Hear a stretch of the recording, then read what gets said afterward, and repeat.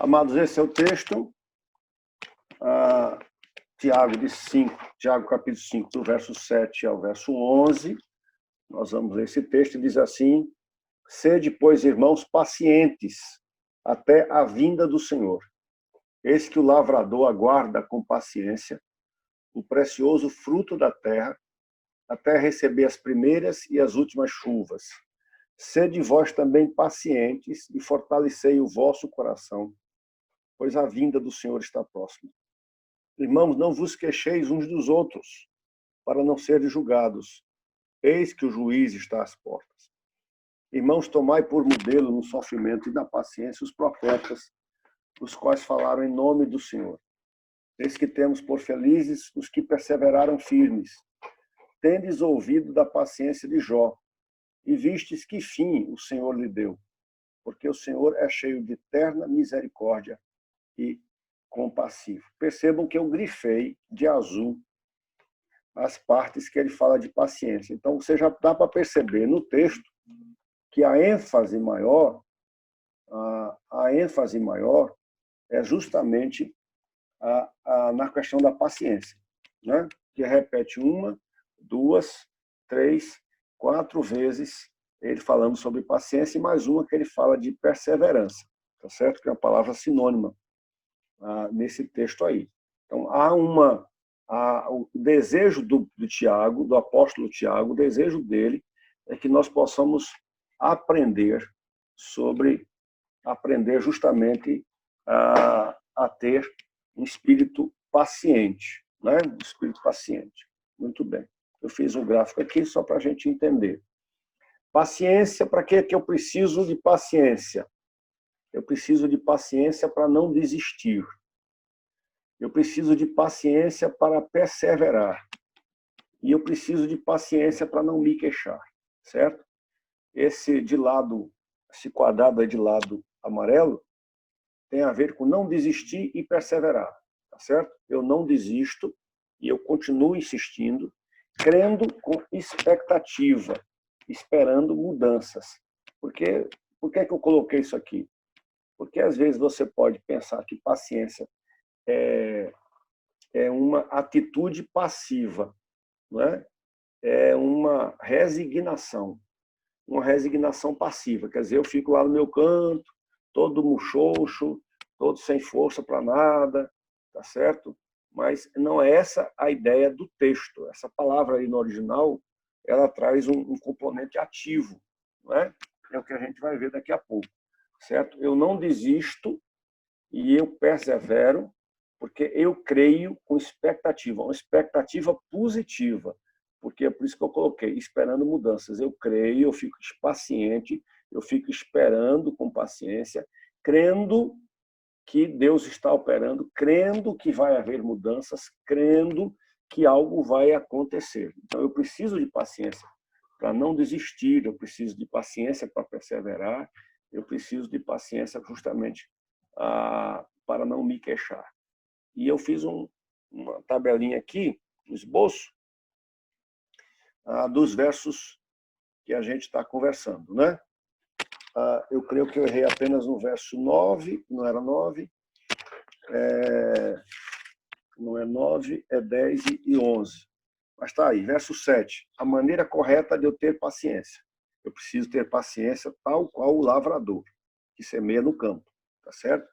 Eu preciso ter paciência, verso 8, da maneira correta seria com o coração fortalecido, tá? Daqui a pouco a gente vai ver essa questão do fortalecimento. Verso 9, eu preciso ter paciência da maneira correta, sem me queixar, sem queixumes. E verso 10 e verso 11, seguindo o exemplo dos profetas perseverando. Então, se você olhar direitinho, o Tiago vai dar uma explicação para a gente de qual é a verdadeira paciência e que paciência eu preciso ter, certo? Que paciência eu preciso ter. Então, recapitulando aqui para vocês guardarem na memória. Eu preciso de paciência para não desistir. É o caso daquele jovem, daquela jovem que está esperando no Senhor, tá? A varoa, né? Ou o varão, como se diz, né? A jovem, a que vai ser a esposa dele, ou o jovem que vai ser a esposa dele. Então, ele precisa de paciência para não desistir, para perseverar e crendo que Deus vai trazer, né? Crendo que Deus está agindo, crendo que Deus vai... E aí ele crê com expectativa, né? Quando ele crê com expectativa, ele não desiste para pegar qualquer uma que aparece ou para pegar qualquer um que aparece, tá certo? É aquela pessoa que precisa de paciência, tá certo? Para que a carreira dele deslanche, ele veja a mão de Deus estendida. Ele precisa de paciência, tá certo? Para ver os planos de Deus se concretizando na vida dele. Ele precisa de paciência para aquilo que ele orou, ele esperar a resposta. Ele precisa de paciência justamente para que aquela situação de injustiça que está sobre ele possa ser revertida, né? Precisa de paciência. Agora eu vi no jornal aqui, no jornal da Band, um caso de dois primos que passaram 70 e poucos dias na penitenciária porque foram confundidos com ladrões de carro, né? Foram confundidos com ladrões de carro. Ficaram inocentes, mas presos. A família correu atrás, pegou câmeras de segurança e a justiça viu que eles estavam inocentes. Mas veja a cabeça de uma pessoa dessa. Ele precisa de paciência para entender que a injustiça que foi cometida pudesse ser revertida. Então, ele precisa de paciência, tá certo? Porque, às vezes, você está dentro da cadeia, termina desistindo, entra em depressão ou tenta tirar a sua própria vida, porque até o jornalista perguntou a ele, e se essas câmeras de segurança, esses vídeos das câmeras de segurança não tivessem chegado, né, e esse caso não fosse revertido? Ele disse, eu não sei o que é que ia fazer da minha vida, né? Porque ele ia passar um bom tempo lá dentro, certo? Então, nós precisamos de... vejam que paciência é essencial na vida de qualquer pessoa e na vida de um cristão, tá? Paciência para crer que Deus vai agir para mudar determinada situação, paciência para crer que Deus vai agir ouvindo a minha oração e trazendo cura, paciência para crer que o Senhor Jesus vai voltar e nós não devemos desistir da caminhada cristã, tá? Então vamos olhar o texto agora. A paciência aqui, a palavra paciência que ele coloca aqui, é uma palavra chamada longanimidade, né? Longanimidade significa longo ânimo. Eu coloquei ali fôlego grande, tá? É a paciência necessária para esperar sem agitação, sem desespero ou sem perder o ânimo, tá certo? Porque eu posso esperar uma situação, eu posso estar esperando uma situação e eu posso me agitar, eu posso perder a esperança, tá? Eu posso desesperar ou eu posso perder o ânimo, né? Ânimo aí, a palavra ânimo traz a ideia de fôlego de vida. Então eu posso perder o fôlego da caminhada, eu não aguentei, tá certo? Então a palavra que Tiago põe aqui, ela é um pouquinho mais consistente do que a própria palavra traduzida para o grego paciência, que é longanimidade, quer dizer, fôlego grande, e fôlego grande por um longo tempo, tá certo? Está demorando a chegar a resposta, eu estou demorando a ver os planos de Deus se concretizando, mas eu não desisto, eu não me agito, eu não me desespero, eu não perco o ânimo, tá? Então, em outras palavras, eu coloquei paciência é o contrário.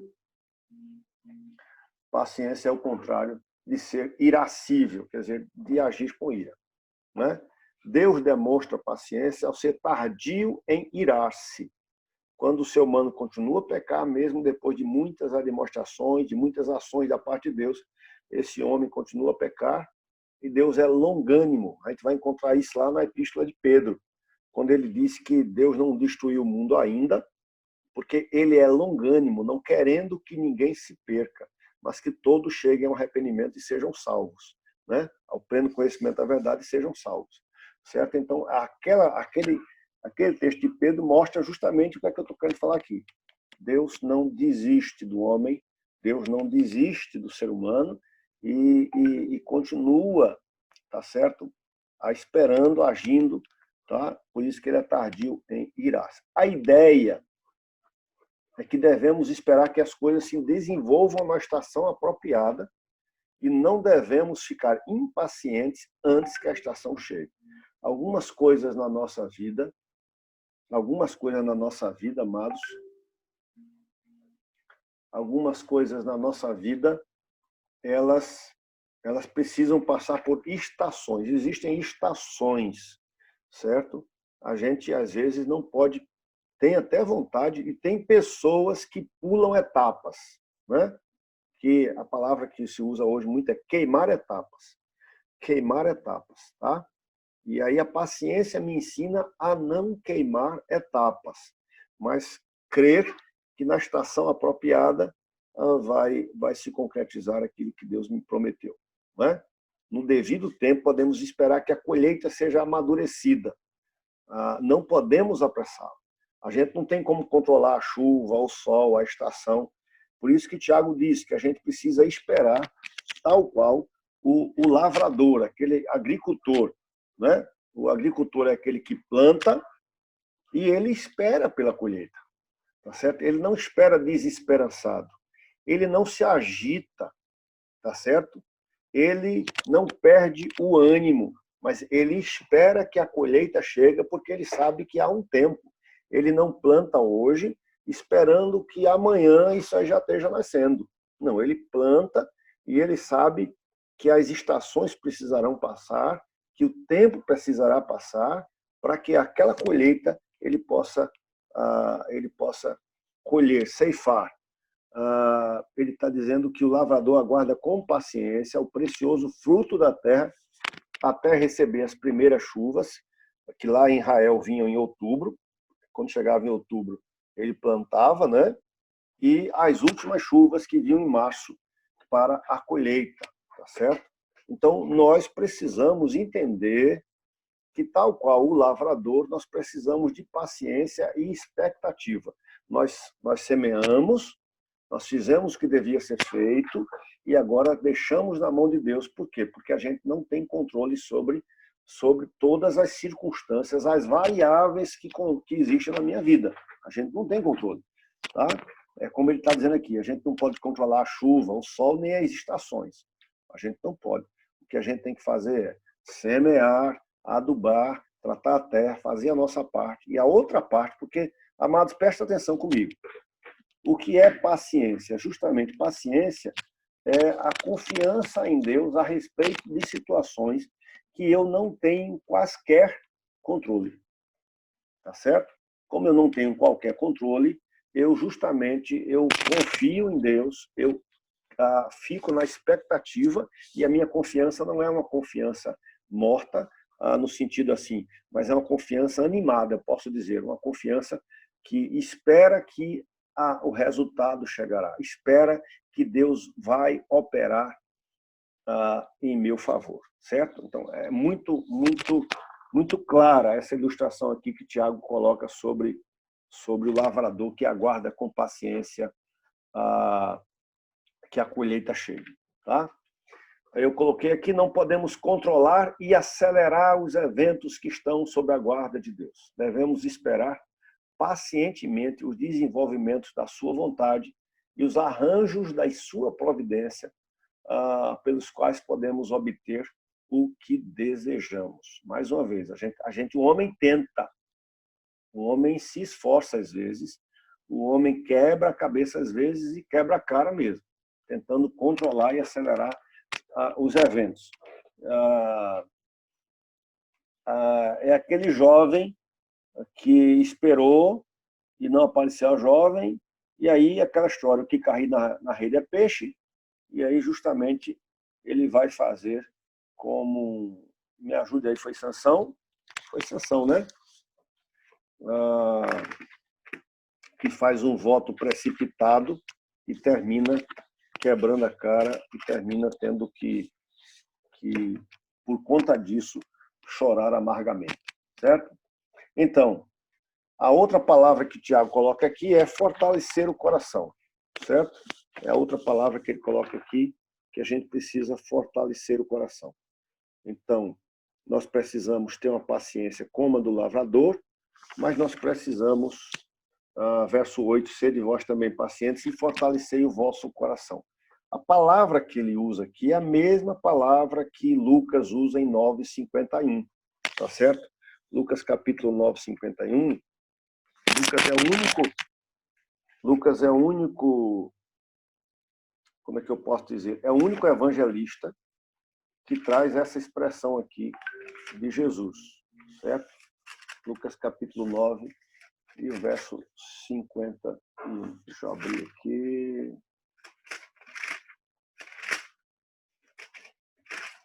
Lucas capítulo 9, vamos lá, aqui. E aconteceu que ao se completarem os dias em que ele devia ser assunto ao céu, manifestou no semblante a intrépida resolução de ir para Jerusalém. Quer dizer,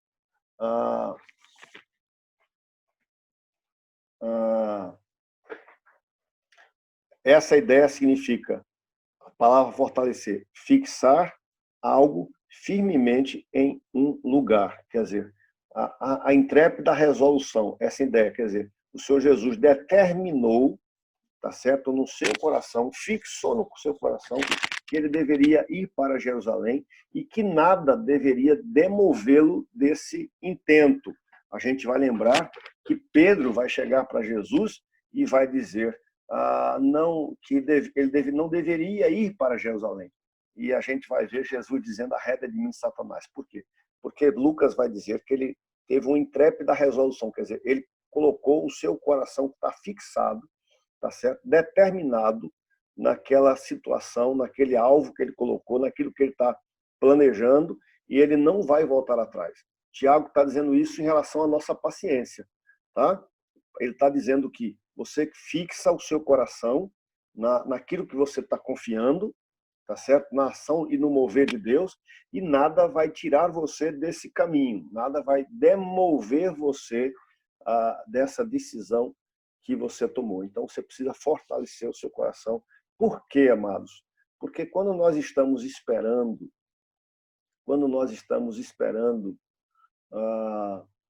que algo aconteça, que algum plano se desenvolva, que aquilo que eu espero chegue, tá certo? Quando acontece isso, vão surgir muitas circunstâncias para me fazer desistir, circunstâncias para me fazer desanimar, circunstâncias para me enfraquecer. Por isso que Tiago diz, olha, espera com expectativa, como lavrador, mas você precisa fortalecer o seu coração, determinar no seu coração, tá certo?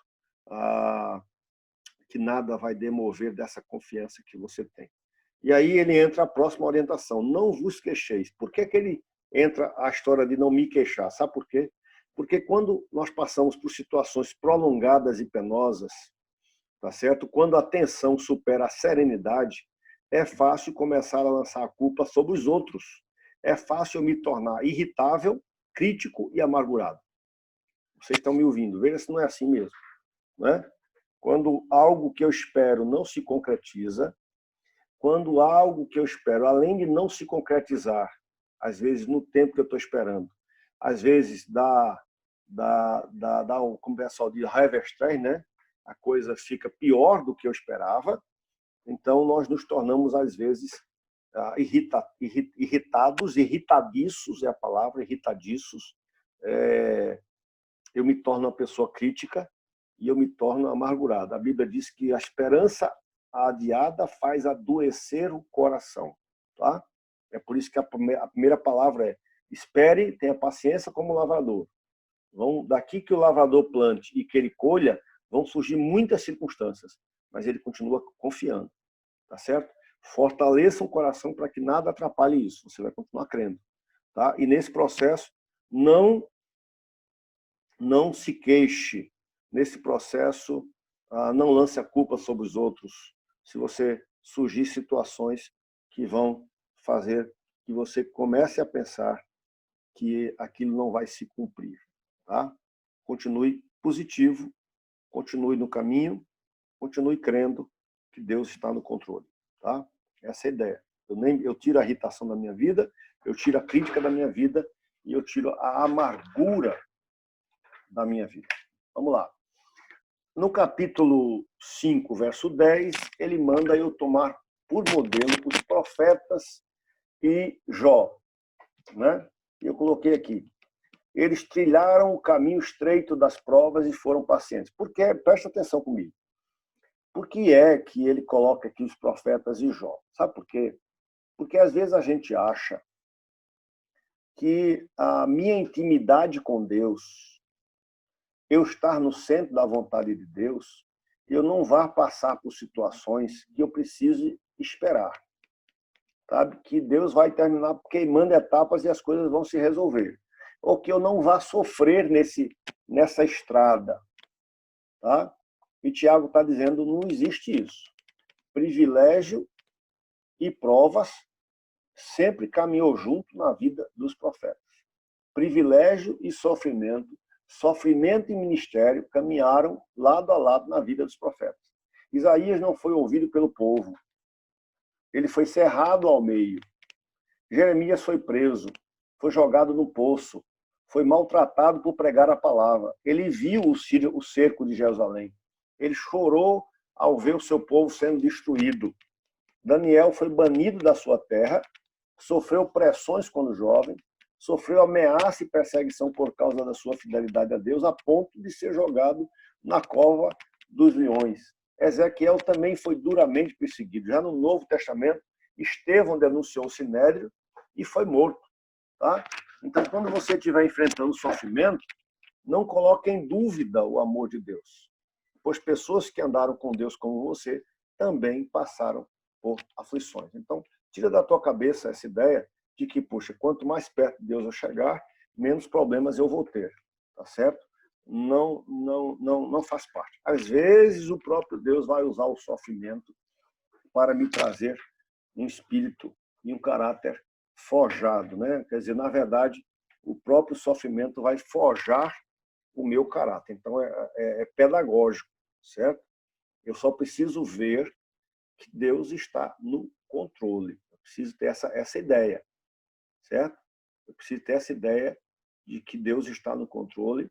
Eu preciso fortalecer o meu coração. Eu preciso entender que Ele está operando. Então, isso vai me trazer paciência, né? Paciência. Muito bem. A vontade de Deus, olha que coisa interessante. Isso aí foi o pastor Hernando Dias Lopes que colocou. A vontade de Deus jamais levará você onde a graça de Deus não possa lhe sustentar. Que coisa tremenda, né? Uma frase que diz muita coisa. A vontade de Deus jamais levará você onde a graça de Deus não possa lhe sustentar. A nossa paciência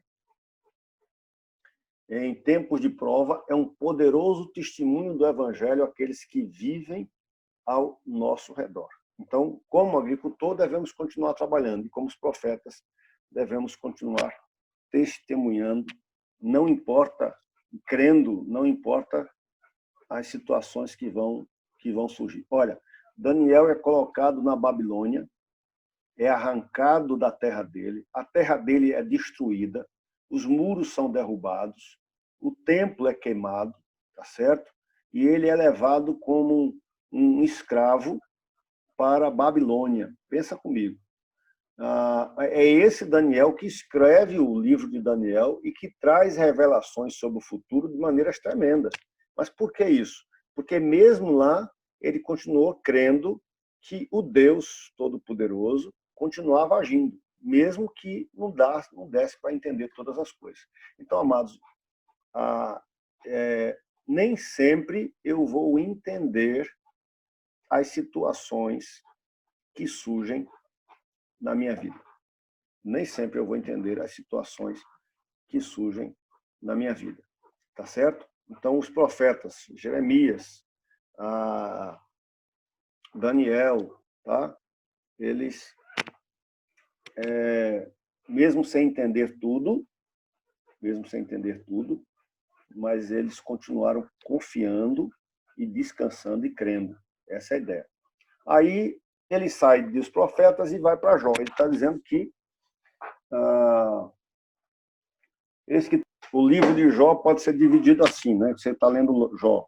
as perdas de Jó, capítulo 1 a 3, as acusações que os amigos dele fizeram contra ele, e a defesa contra os ataques dos seus amigos, do capítulo 4 até o versículo 31, e a restauração de Jó começa no 38 e vai até o 42. Veja, as circunstâncias estavam contra Jó, a sua esposa estava contra ele, seus amigos estavam contra ele, Satanás estava contra ele. Ele chegou até a pensar que Deus também estava contra ele. Mesmo assim, ele perseverou. Ele provou que um homem pode amar a Deus acima dos bens, da família e da própria vida. Jó era um homem piedoso, justo, próspero, bom pai, sacerdote da família, preocupado com a glória de Deus. O próprio Deus dá testemunho a seu respeito. Deus o colocar como seu advogado na terra. Satanás prova a Jó com a permissão de Deus. Jó perdeu todos os seus bens, a gente viu ali, todos os seus filhos, e perdeu também a sua saúde. Perdeu o apoio da sua mulher e perdeu o apoio dos seus amigos. Jó faz 16 vezes a pergunta por quê. Jó expressa sua queixa 34 vezes. Não é?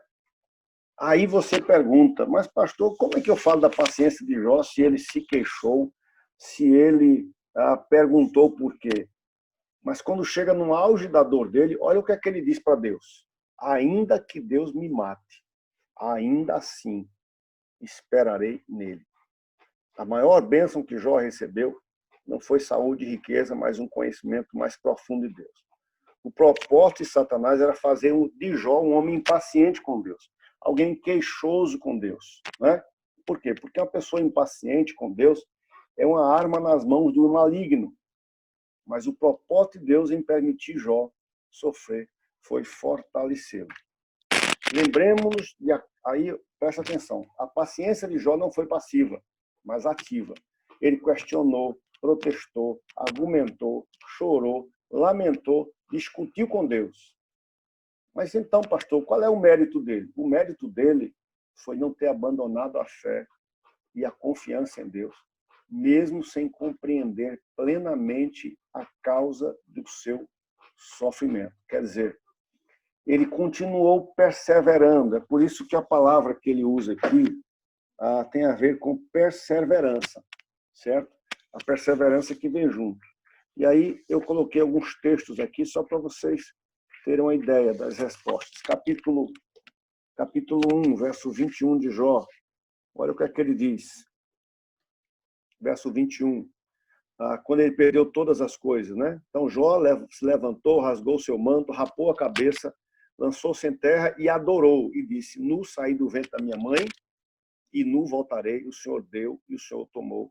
Bendito seja o nome do Senhor. Em tudo isso, Jó não pecou nem atribuiu a Deus falta alguma. Capítulo 2, verso de número 10. Verso 10. Depois que ele foi acometido com os tumores malignos, né? Verso 10. Ele responde à mulher que mandou ele amaldiçoar a Deus. Falas como qualquer doida. Temos recebido o bem de Deus e não receberíamos também o mal? Em tudo isso não pecou Jó com seus lábios. Capítulo 13, que eu já li para vocês, versículo 15. 13 e 15. Diz assim, eis que me matará, eis que me matará, mas então eu continuarei a crer, certo? Ainda que me mate, nele esperarei. Capítulo 16, verso 19, ele diz assim, já agora saber que a minha testemunha está nos céus e nas alturas, quem advoga a minha causa. Ele estava questionando aqui os amigos. Capítulo 19, verso 25, ele diz, porque eu sei que o meu Redentor vive e por fim se levantará sobre a terra. Depois, revestido este meu corpo da minha pele, em minha carne verei a Deus. Vê-lo-ei por mim mesmo, e os meus olhos o verão, e não outros. E de saudade me desfalece o coração dentro de mim. Então, é esse homem que vai chorar, é esse homem que vai argumentar, é esse homem que vai questionar, mas é esse homem que vai continuar crendo. Quer dizer, ele não abandona a fé dele, e é por isso que é dito que ele não pecou com seus lábios. E Deus, por fim, o abençoa com o dobro de muitas das suas posses anteriores. Por isso é que Tiago diz, viste o fim que o Senhor lhe deu? Deus abençoou Jó por causa da sua fé perseverante. Ele continuou a crer, né? Como Jó devemos esperar para que o Senhor complete seu propósito amoroso, o seu amoroso propósito em nós, mesmo em meio do sofrimento. Eita lá, amados. Essa paciência é complicada, não é difícil? Não é assim? Às vezes nós perdemos 10%, 2%, 3% daquilo que Jó perdeu. Passamos por situações tão angustiantes e a gente reclama, a gente desiste, a gente dá para trás. Olha o que é que Jó perde. Jó perde todos os seus filhos, Jó perde todos os seus bens. De uma hora para outra ele entra numa situação de miséria, tá certo? De uma hora para outra ele perde. Uma coisa é você perder um filho uma vez, perder um filho, tem 5 filhos, ele perdeu todos os seus filhos. Então, imagine essa imagem que nós vimos aí com a Covid, né? As valas sendo abertas para que as pessoas pudessem ser enterradas porque não dava tempo. Agora, imagina isso na cabeça de um homem que, de uma hora para outra, vê perder todos os seus filhos, ele vê partir, não é? Todos os seus filhos ele vê morrer, não é? Então imagina justamente o que é que se passa no coração dele. Capítulo 1, 18. Estando teus filhos e tuas filhas comendo e bebendo vinho em casa do irmão primogênito, eis que levantou grande vento do lado do deserto e deu nos 4 cantos da terra, caiu sobre eles e morreram. E só eu escapei, só escapou o mensageiro. Tá? Só escapou o mensageiro. 7 filhos e 3 filhas. Quer dizer, imagine ele fazer o sepultamento de 10 filhos. Imagine a situação desse homem. Tá? Então, realmente, ele passou por uma angústia muito profunda.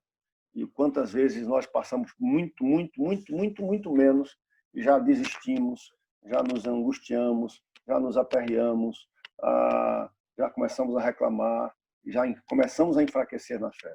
Então, Deus te trouxe hoje à noite aqui para esse estudo, para Deus falar para você, olha, eu estou no controle. Mesmo que você não entenda, mesmo que você não perceba tudo isso que está passando, então eu estou no controle. Espera como o agricultor espera, tá certo? Você fez a sua parte, espera que a colheita vai chegar e que Deus vai honrar a tua fé, honrar a tua confiança. E como Davi diz, né? Esperei com paciência pelo Senhor e ele se inclinou para mim e ouviu o meu clamor. Mas aprende a entender também que nesse período que você está passando, Deus também está trabalhando, não é? Por exemplo, o Jó que sai da aprovação não é o Jó que entra. Mesmo sendo um Jó íntegro, um homem que foi referenciado por Deus, mas ele sai da aprovação dizendo assim, antes eu te conhecia de ouvir falar, mas agora meus olhos te veem. Quer dizer, ele agora tem uma experiência tremenda com Deus.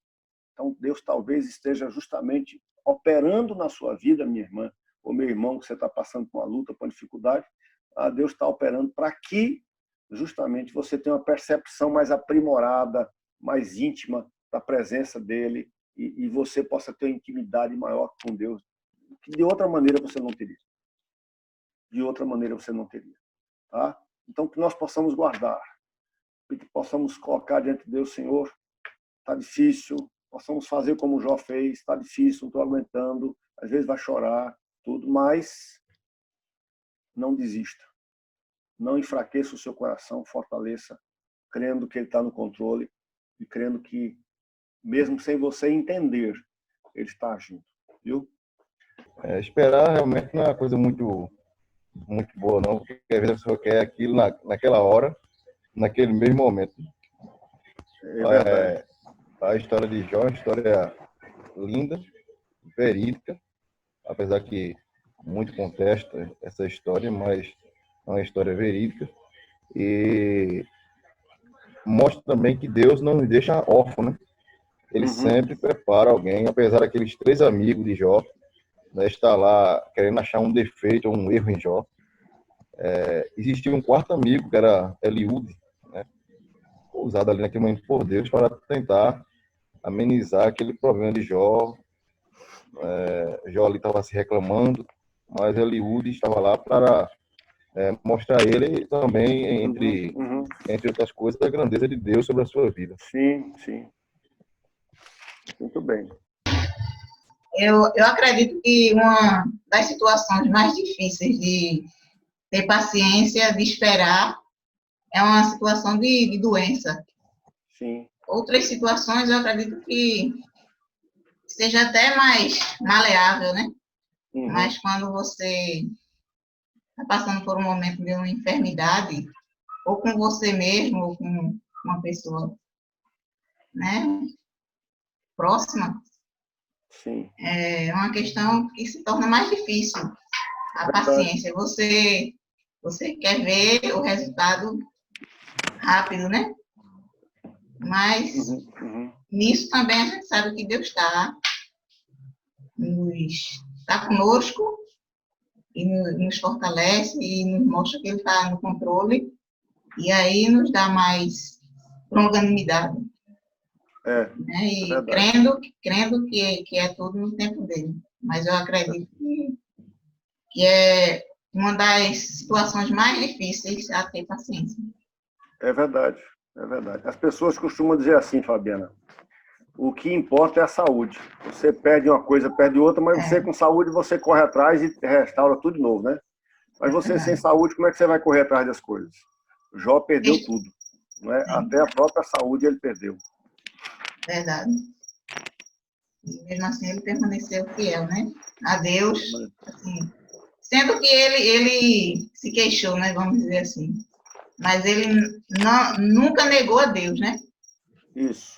Ele reclamou, mas ele, no fundo, ele entendia que era para o bem dele. Porque ele sabia em quem ele cria, né? Então é isso que nós devemos estar firmes, sabendo em quem nós cremos, né? É verdade.